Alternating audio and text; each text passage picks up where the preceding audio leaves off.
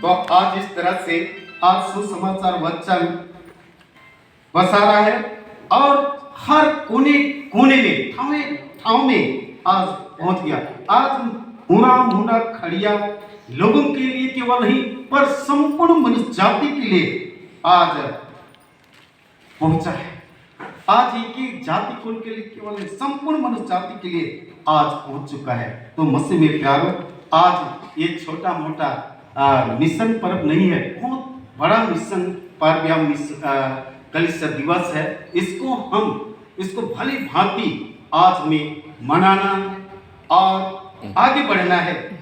तो मैं इतना ही इस इतिहास के बातों को छोड़कर आगे आज के वचन में हम लोग जाएंगे। जो आज के वचन में प्रेरित के पत्री में पौलुस प्रेरित के द्वारा से कलीसिया में फूट के बारे में हेडिंग में लिखता है। और आज के वचन में हम लोग देखने पाते हैं कि हे भाइयों, अपने बुलाए जाने को सोचो। आज ना कोई ये ज्ञानवान है और ना सामर्थ्य है ना गरीब, सब मसीह ने हम बुलाए हुए हैं। सबके लिए आज मसीह हमारे लिए आया और जगत में आज उद्धार दिया, जिसको इसी वचन में हम देखने पाते हैं। 20 में भी लिखा है, पहला कोरिन्थियों पहला अध्याय उसका 20 वचन में भी लिखा है, कहाँ रहा ज्ञानवान, कहाँ रहा शास्त्री और कहाँ रहा इस संसार का विवादी? क्या परमेश्वर ने संसार के ज्ञान को मूर्खता नहीं ठहराया? तो यहाँ पर हम लोग देख रहे हैं कि कहाँ रहा ज्ञानवान। उस समय भी ज्ञानवान थे, शास्त्री फरीसी लोग थे, लेकिन आज उनको परमेश्वर ने नहीं चुना, लेकिन एक निर्बल या बढ़ा के परिवार को परमेश्वर ने चुना और उसी में यीशु मसीह को भेजा। और उसके आने के द्वारा से आज हम शामत पाते हैं। आज गरीबी नहीं पर परमेश्वर में हम धन्य है, जिसको रोमी की पत्री आज उसका 28 वचन में भी जब हम लोग देखते हैं तो वहां पर भी वचन से हम पाते हैं। रोमी 8 उसका 28 वचन में इस तरह से यहाँ पर भी पाते हैं, हम जानते हैं कि जो लोग परमेश्वर से प्रेम रखते हैं उनके लिए सब बातें मिलकर भलाई को उत्पन्न करती है, अर्थात उन्हीं के लिए जो उसकी इच्छा के अनुसार बुलाए हुए हैं। यहाँ पर भी बता रहा है कि हम जानते हैं कि जो लोग परमेश्वर से प्रेम रखते हैं उनके लिए सब बातें मिलकर भलाई उत्पन्न करती है। वो गरीब नहीं पर भलाई उत्पन्न करती है, धनवान नहीं, बुद्धिमान नहीं, लेकिन जो कोई आज परमेश्वर पर प्रेम रखते हैं भला ही उत्पन्न करती है, अर्थात उन्हीं के लिए जो उसकी इच्छा के अनुसार बुलाए हैं। आज परमेश्वर की इच्छा के अनुसार बुलाए हुए हैं, तो परमेश्वर आपको प्रेम करता है, परमेश्वर आपके साथ रहेगा, परमेश्वर आपके जीवन में बातचीत करेगा। अगर हम परमेश्वर की इच्छा के अनुसार नहीं बुलाए, जिस तरह से मिशनरी लोग को परमेश्वर ने उस क्षेत्र में बुलाया, उस जगह पर बुलाया, आज हिंदी भाषा सादरी कुड़ो और मुंडा खड़िया भाषा नहीं बोलने पर भी आज परमेश्वर उनको बुलाया और वे लोग आज परमेश्वर के वचन को बांटने पाते। तो आज भी हम किसी भी जगह पर किसी भी भाषा भाषी में पाए जाते हैं, लेकिन मसीह से प्रेम करते हैं, ये परमेश्वर से प्रेम करते हैं, परमेश्वर की इच्छा के अनुसार चलते हैं, तो हमारे जीवन में भला ही उत्पन्न करेगा, बुराई नहीं। आज हम लोग सोचते हैं बहुत धनी है, बहुत अमीर है, हमारे पास 2 तल्ला का घर है, बहुत अपने आप को ज्ञानवान समझते हैं, लेकिन इस धरती कले आज हमारा घर कहाँ पर है? स्वर्गराज। आज हम स्वर्गराज में, आज हमारा एक नैहर के समान है, एक ससुराल के समान है। किसी का नैहर, किसी का ससुराल। मेरा ससुराल तो कहाँ है? स्वर्ग में। नैहर में कभी नहीं दिला मोरा लगे ससुराल। आज हम इस धरती पर एक परदेसी जीवन, एक ससुराल के समान, एक नैहर के समान जीवन जी रहे। हमारा ससुराल है स्वर्ग। आज वहाँ पर जाने के लिए आज अपने आप को तैयार करना है। इसलिए आज हमें कहा रहा है कि भलाईपन। आगे 27 में भी कहा है, परंतु परमेश्वर ने जगत के मूर्खों को चुन लिया कि ज्ञानवानों को लज्जित करे, और परमेश्वर ने जगत के निर्बलों को चुन लिया कि बलवानों को लज्जित करे। तो इसका रेफरेंस और भी हम लोग देखने पाएंगे याकूब 2 उसका 5 वचन में भी यहाँ पर याकूब के द्वारा से लिखी बातों को भी हम देख सकते हैं। 2 का 5 में पाते हैं, हे मेरे प्रिय भाइयों सुनो, क्या परमेश्वर ने इस जगत के कंगालों को नहीं चुना कि विश्वास में धनी और उस राज्य के अधिकारी हो जिसकी प्रतिज्ञा उसने उनसे की है जो उससे प्रेम रखते हैं। यहाँ पर भी याकूब के द्वारा से लिखी बातों को देखना कि हे मेरे प्रिय भाइयों सुनो, क्या परमेश्वर ने इस जगत के कंगालों को नहीं चुना। आज यहाँ पर स्पष्ट कर दिया, कुलीन कंगालों को परमेश्वर ने नहीं चुना। आज देखा जाए तो धनवानों को नहीं चुना, अमीरों को नहीं चुना, पर गरीब कुलीन। जब हम लोग इतिहास में देख रहे थे कि हमारे छोटा नागपुर के लोग कलकत्ता में क्या करने के लिए गए थे, रेजा कुली करने के लिए गए थे, और उनसे मिशनरी लोग बातचीत किए, और मिशनरी बातचीत करने के द्वारा से उनकी स्वभाव की व्यवहार के द्वारा से वाकिफ होने पाए, और वे आज मेरे साहब करे जाति लोगों के बीच में ना जाकर आज छोटा नागपुर पर आए। आज ऐसे छुट्टियां में आए या रांची में आए और परमेश्वर के वचन को आज गरीब कुलीन लोगों के बीच में इसलिए कह रहा है, इस जगत के कंगालों को नहीं चुना। आज हमारे लोग, हमारे पूर्वज लोग पूरा पश्चिम लगाकर जीविका उपार्जन कर रहे थे, जीवन जी रहे थे। आज इस तरह से हम लोग कपड़ा पहने हैं, ऐसा का कपड़ा पहना हुआ नहीं था उस समय बहुत ही गरीब और पूरा पश्चिम लगाकर जीवन यापन, शरीर में कोई कपड़ा नहीं रहता था, ऐसा जीवन था। लेकिन आज परमेश्वर ने ऐसे लोगों को चुना। क्या इसलिए कह रहा है, क्या परमेश्वर ने कंगालों को नहीं चुना कि विश्वास में धनी। आज हम गरीब है चाहे धनी है, आपके पास घर है या बंगला है या नहीं, या गाड़ी है या नहीं, लेकिन आज परमेश्वर का वचन है तो आप क्या हैं, धनी हैं। आज परमेश्वर आपके पास है, परमेश्वर आपका परमेश्वर का वचन आपके पास है तो आप क्या हैं, धनी हैं, आप धनी हैं। इसलिए कह रहा है विश्वास में धनी और उस राज्य के अधिकारी हो जिसकी प्रतिज्ञा उसने उनसे की है जो उससे प्रेम रखती है। उस राज्य की प्रतिज्ञा आज हमारे लिए प्रभु यीशु मसीह आज परमेश्वर के राज्य का अधिकारी ठहराने के लिए हमें इस जगत में आया। आगे हम लोग देखते हैं 28 में आगे लिखता है, और परमेश्वर ने जगत के नीचों और तुच्छों को वरन जो है भी नहीं उनको भी चुन लिया कि उन्हें जो है व्यर्थ ठहराए। तो यहाँ पर भी हम देखने पा रहे हैं कि किस तरह से आज नीचों तुच्छों को, इसका हम लोग रेफरेंस और देखेंगे रोमी की पत्री 4 उसका 17 वचन में। रोमी 4 उसका 17 वचन में लिखा है, जैसा लिखा है मैंने तुझे बहुत सी जातियों का पिता ठहराया उस परमेश्वर के सामने जिस पर उसने विश्वास किया और जो मरे हुओं को जिलाता है और जो बातें है ही नहीं उनका नाम ऐसा लेता है कि मानो वे हैं।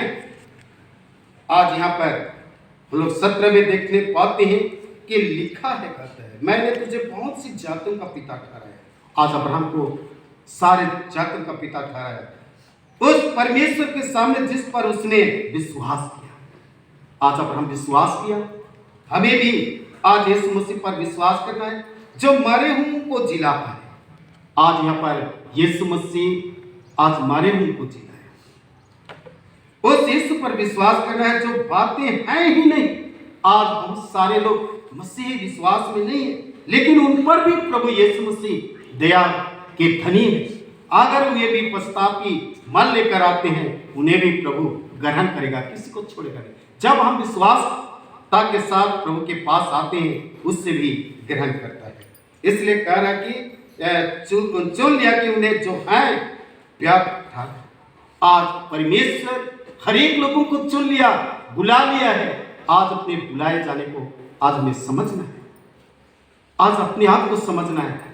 हम किस परिस्थिति से बुलाए गए, किससे हम छुटकारा पाए, किस पाप के बंधन से हमें मुक्ति मिला, इस सारी चीज को आज हमें जानना और समझना है। अगर इतने को समझ जाएंगे सचमुच में प्यारो, आज हमारे लिए बहुत ही आनंद और खुशी होगी कि आज कलिसिया दिवस मना रहे हैं 2 नवंबर 1845, जो आज घोषणा एवेंजेलिकल लूथरन कलिसिया दिवस हमारे लिए बहुत ही मायने है। आज इसको कभी भूलना नहीं है, आज इसको तोड़ना भी नहीं है, पर दिन प्रतिदिन के जीवन में आगे बढ़ना है। 29 में जब हम लोग देखें, ताकि कोई प्राणी परमेश्वर के सामने घमंड ना करने पाए। आज कोई जाति परमेश्वर के समूह, कोई प्राणी या कोई जाति परमेश्वर के सामने घमंड ना करने पाए। इसका भी रेफरेंस हम लोग देखेंगे इफिसी की पत्री 2 उसका 9 वचन। वहां पर पौलुस इस बात को दोहरा के लिखा है। इफिसी की पत्री 2 उसका 9 वचन में हम पाते हैं, वहां पर लिखा है, और ना कारणों के कारण ऐसा ना हो कि कोई घमंड करे, और ना कारणों के कारण ऐसा ना हो कि कोई घमंड करे। पिछले कल 31 तारीख को हम लोग सुन रहे थे कि लोग मूसा की लाठी रखा हुआ था रोम या पवित्र नगर में, और करीब की रस्सी सब रखा हुआ था। उन सारे वस्तु पर लोग विश्वास करते थे, और उसको विश्वास करने के द्वारा से लोग चाहते कि हम इसको देखने और देखने के द्वारा से हम चंगे पा जाए या मेरे पाप क्षमा हो जाएगी। सारी वस्तु जो उस रोम में रखा हुआ था, लोग देखना चाहते थे कि उसको देखने के द्वारा से हम चंगे पाए। आज रस्सी, और आज भी हमें सोचता है कि बहुत सारे लोग पैरों में रस्सी धागा बांधते हैं, काला धागा। हो सकता है वो धागा वैसा ही होगा कि धागा बचाता है। लोग बोलते हैं कि इससे हमारा दर्द चला जाता है। तो अगर उस धागा से रोग चला जाएगा, बीमारी चला जाएगा, तो प्रभु यीशु मसीह का है। समझने की बात है। जिस तरह से रोम में रस्सी को देखना चाहते थे और लोग चंगा पाना चाहते या तो पाप क्षमा पाना चाहते थे, उसको देखने के लिए भीड़ के भीड़, और ऐसा ही दिखाई नहीं जाता था, उसमें पैसा लगता था। बहुत सारे चीज वस्तु थी, वेरोनिका का रुमाल, मंजूसा का कपड़ा, ये सारी चीज वहां पर रखा हुआ था। उसको देखने के लिए लोग ललायत होते थे, चंगाई पाना, पाप क्षमा पाना चाहते थे, उस पर विश्वास करते थे कि हाँ यही हमें बचाएगा। वो सब चीज वस्तु नहीं बचाएगा जिसको आज के वचन में हम लोग देखने पाएंगे। कहता है, और ना कर्मों के कारण, आज कर्म करके हम स्वर्गराज नहीं जा सकते हैं। आज सिर्फ और सिर्फ यीशु मसीह पर विश्वास करने के द्वारा से ही हम परमेश्वर के राज के वारिस होंगे। आगे हम लोग देखेंगे 30 में हमें कहता है, परंतु उसी की ओर से तुम मसीह यीशु में हो, जो परमेश्वर की ओर से हमारे लिए ज्ञान ठहरा। हमें बताना चाह रहा है कि परमेश्वर की ओर से हमारे लिए ज्ञान ठहरा। आज परमेश्वर के वचन के द्वारा से या परमेश्वर के वचन के द्वारा से ही हमें ज्ञान, बुद्धि खुला, अर्थात धर्म और पवित्रता और छुटकारा। ये 3 चीज यहाँ पर हम लोग देखते हैं, धर्म और पवित्रता और छुटकारा। और धर्म आज हम लोग देखने पाते हैं, मत्ती 6:33 में कहता है, इसलिए धर्म और राज की खोज करो तो तुम्हें सब वस्तु मिल जाएगी। यहाँ पर धर्म की खोज करने के द्वारा से सब, पवित्रता, पहला पत्रस 1 का 15 या 16 वचन में लिखा है, जैसा तुम्हारा बुलाने वाला पवित्र है ऐसे तुम भी पवित्र बनो। आज हमें यहाँ पर सजग कर रहा है कि जैसा यीशु मसीह पवित्र है वैसा तुम भी पवित्र बनो। और छुटकारा सिर्फ और सिर्फ यीशु नाम में आज उद्धार या छुटकारा है। आज इस संसार में किसी के नाम से द्वारा छुटकारा नहीं, पर यीशु के नाम से छुटकारा है, जिसको प्रेरित किया 4:12 में लिखा है, स्वर्ग और पृथ्वी के नीचे कोई दूसरा नाम नहीं दिया गया जिसके द्वारा तुम उद्धार पा सकते हो और छुटकारा पा सकते हो। तो मसीह में प्यारो, आज छुटकारा है यीशु मसीह में। यीशु मसीह ने हम लोग और वचन देखेंगे 2 कुरिन्थियों 5 उसका 21 वचन में भी पौलुस प्रेरित फिर से इस वचन को रिफ्रैक्ट किया है, फिर से दोहराया है।